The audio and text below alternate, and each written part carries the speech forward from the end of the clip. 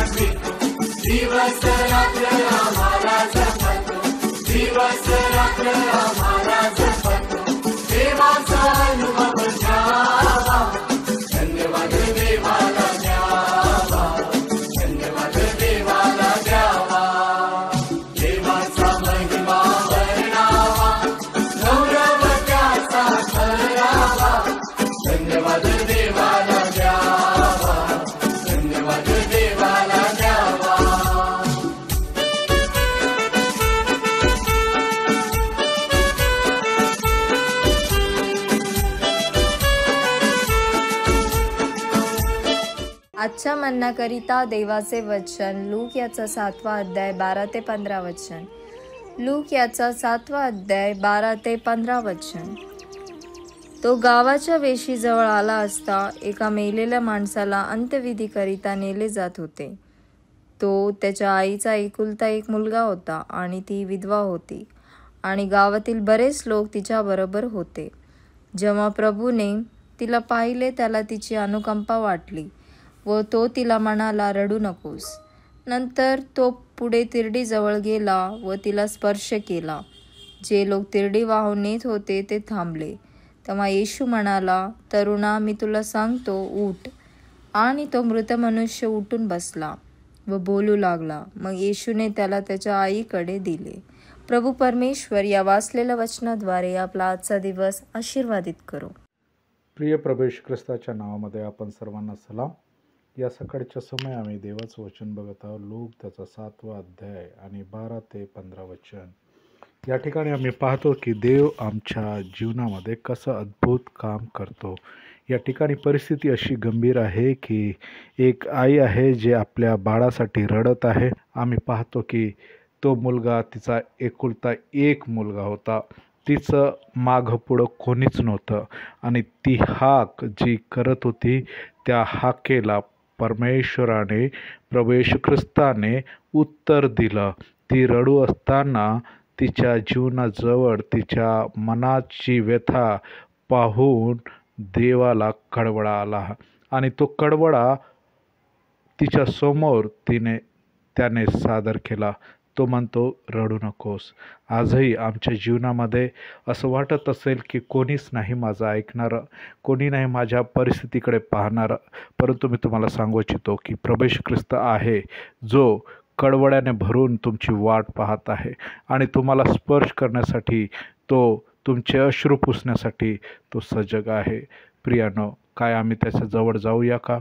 त्याला म्हणूया का, माझी व्यथा ही आहे, माझी परिस्थिती ही आहे, मला कोणीही सांभाळू शकत नाही, माझ्या परिस्थितीतून मला कोणीही बाहेर काढू शकत नाही. जर आमची परिस्थिती इतकी वाईट आहे की एका तरुणाचं जीवन तिरडीवर पडलेलं आहे, लोक जवळ जमलेले आहे आणि कोणीही त्या आईची सांत्वन करू शकत नाही, अशा स्थितीमध्ये जो कळवळ्याने भरून प्रभू येशू तिचे अश्रू पुसू शकतो, आज तुमची पण तो काळजी घेईल. तो तुमच्या पण अश्रूंना तो स्पर्श करेल आणि प्रभू तुमची प्रार्थना ऐकेल. काय आम्ही अंतःकरणातून त्याला हाक मारूया का आणि त्याला म्हणूया का, देवा माझ्याकडे, माझ्या परिस्थितीकडे तू बघ. निश्चितच आम्ही पाहतो ह्या ठिकाणी की तिसरी गोष्ट, त्यांनी त्या मुलाला मेलेल्यातून उठवले आणि 15 वचन म्हणते त्याने त्याच्या आईच्या हवाली केले. आमचं अनेक गोष्टीने आमचा लॉस झाला असेल, आमचं नुकसान झालेलं असेल, आमच्या परिस्थिती, आमच्या जीवनात आमच्या हातामध्ये असलेले सर्व गोष्टी निघून गेलेल्या असेल, परंतु जर आज आम्ही प्रभूकडे बघितलं आणि प्रभूला याचना केली, निश्चितच तो प्रभू तुमची आणि माझी प्रार्थना ऐकेल. तो माझ्या आणि तुमच्या परिस्थितीला बदलवण्याची क्षमता त्याच्याकडे आहे. काय त्याच्याकडे विश्वासाने येऊया का, त्याला विश्वास दाखवूया का की माझ्या अविश्वासाचं पण तो उपचार कर, परंतु माझी प्रार्थना ऐक. ज्याप्रमाणे त्या आईच्या आक्रोशला त्यांनी बदलवून काढलं, त्याच्या जीवनामध्ये त्या तरुणाला उठवलं आणि तिच्या हवाली केलं, आजही आमच्या जीवनामध्ये, या वर्षामध्ये, या महिन्यामध्ये, या आठवड्यामध्ये आमचं काही अनेक नुकसान झालं असेल, परंतु प्रभू तो आम्हाला आमच्या जीवनामध्ये निश्चितच भरून काढण्याची इच्छा बाळगतो. काय आम्ही त्याच्याकडे बघूया का, प्रार्थना करूया. जिवंत देव बाप्पा, आज आम्ही प्रार्थना करतो, त्या आईची आक्रोश तूने बघितलीस, त्या परिस्थितीला तूने बघितलंस, कळवळ्याने भरला. आज पण प्रभू जे बहीण भाऊ कुटुंब प्रभू तुझ्याकडे विनंती करत आहे, तू स्पर्श कर, त्यांच्याशी बोल, त्यांच्या मनातल्या व्यथा तू दूर कर आणि देवबाप्पा त्यांच्या प्रार्थनेचं उत्तर दे. देवबाप्पा परिस्थिती बदलून टाक आणि त्यांना आशीर्वादित कर.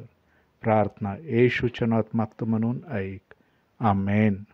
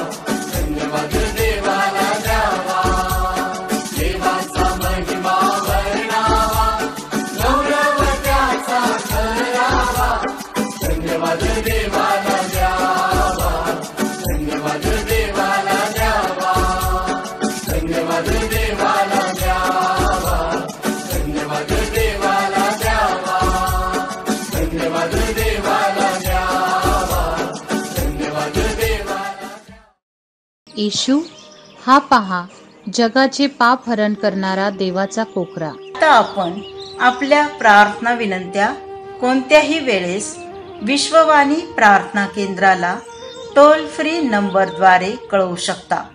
आमचा टोल फ्री नंबर 1-800-2700-333. आम्ही आपणासाठी या नंबरवर प्रार्थना करण्यास उपलब्ध आहोत. धन्यवाद.